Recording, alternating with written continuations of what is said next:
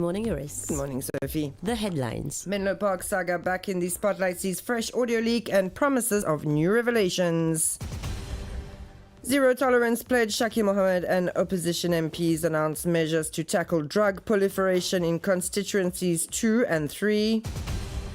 Mauritius Telecom confronts data breach allegations as company calls in international cyber security experts and reassures subscribers of data protection. NLTA Digital Services under pressure. Vehicle licensing platform faces bugs and delays amid plans for server replacement. In world news, Utah prosecutors seek death penalty in case of Tyler Robinson charged with murder of conservative activist Charlie Kirk.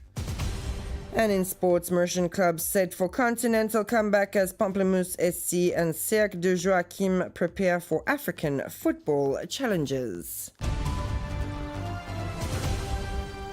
And just in this morning, an accident at Nouvelle-France has claimed the life of a van driver where a private van fell into a gutter which was motoring towards Cupip. The deceased driver of the private van was killed outright and 4 passengers were injured, where one among them already has been conveyed to Rosebeil Hospital by volunteers. Police, together with team of MRFS and SAMU, are on spot and further reporting to follow.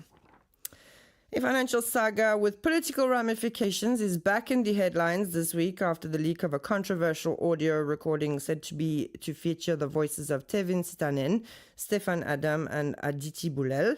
The Menlo Park affair, which first came under investigation in December 2024, has resurfaced. Just yesterday, a video of the telephone conversation was posted online. Stéphane Adam confirmed that he is indeed the author of this latest recording. The Menlo Park director is now promising to reveal yet another twist in the scandal. Several individuals, including Adam himself, were previously arrested by the anti-money laundering unit after the controversial disbursement of 45 million rupees from the Mauritius Investment Corporation to Menlo Park Limited. Lovina Sophie tells us more.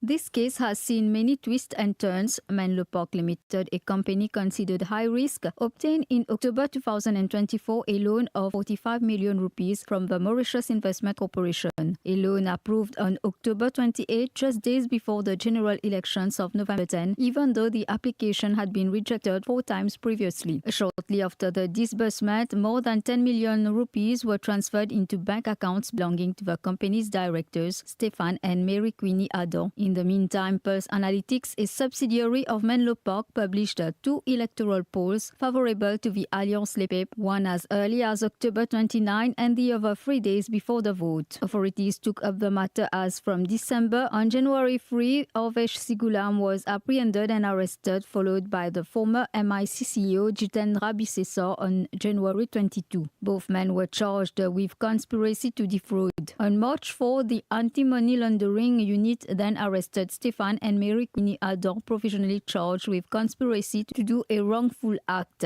A few weeks later, on April 16, former Finance Minister Renganaden Padayachi was in turn arrested and charged with conspiracy to commit a fraudulent act. On June 20, Stéphane Adam was arrested for a second time, this time for allegedly providing false information in the same case. And now the case resurfaces today after the leak of an audio recording allegedly involving Stéphane Adam, Tevin Sitanen and Aditi Boulel, non-executive director of Menlo Park. A conversation said to have taken place during the night of November 11 to 12, 2024, just after the elections. And also in the news yesterday, Minister Shakil Mohammed expressed his disagreement with comments made by Sam Lotan. Together with MPs Eshan Juman and Farad Omir, he announced a series of measures to curb the spread of drugs in constituencies 2 and 3, including the opening of an ADSU office in Plaine Verte. Following a meeting with law enforcement, the municipality and several ministries, Mohammed outlined the steps to come. Eshan Juman called for a national zero-tolerance drug policy, while Farad Omir urged closer cooperation between authorities and civil society. Follow-up meetings will be held every week. Allegations of a data leak circulating since early September have prompted Mauritius Telecom to attempt to calm public concern. In a series of press statements, the operator maintains that no evidence of intrusion has been found in its systems. To address the seriousness of the accusations, however, Mauritius Telecom has sought assistance from international cybersecurity experts while also working with local authorities. The operator says it is acting with full transparency, having referred the matter to both the Data Protection Office and the ICTA. Management also insists that safeguarding customers' personal data is a top priority and pledges regular updates in the coming days. And in other news, vehicle sales, renewal of motor vehicle licenses or applications for license plates. These are among the services available online via the National Land Transport Authority platform, designed to eliminate in-person visits and simplify motorists' lives. However, delays, glitches and crashes, especially at the start of each month, make the platform anything but user-friendly. According to Ashraf Fateh Mahmoud, Senior Advisor on IT Matters at the NLTA, the servers are reaching end of life and will soon be replaced. In the meantime, measures have been implemented to support users in completing their transactions.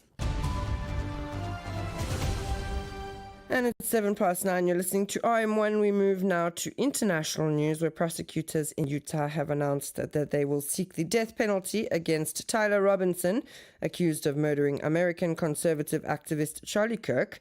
According to the prosecution, the student admitted to the killing in messages sent to his roommate. The 22-year-old faces multiple charges, including aggravated murder and obstruction of justice. Meanwhile, the case has reignited fears of rising political violence in the United States. A Reuters Ipsos poll conducted in the days following the killing revealed that around 2 in 3 Americans believe inflammatory political rhetoric fuels violence. And finally, in sports, on the local football scene, after a 7-year absence, Mauritian football is making its big return to the African club stage. Pamplemousse SC is gearing up to face a representative from the Democratic Republic of Congo in the Confederation Cup, while Cirque de Joachim is set to clash with Angola's champion Atletico Petroleros in the Champions League. Training sessions are intensifying, and according to the head coach of Pamplemousse SC, competitive domestic fixtures would be an ideal preparation for the challenges ahead. That's all from me this morning. Thanks so much for tuning in. Stay tuned now to the Intimate playlist until 10 a.m.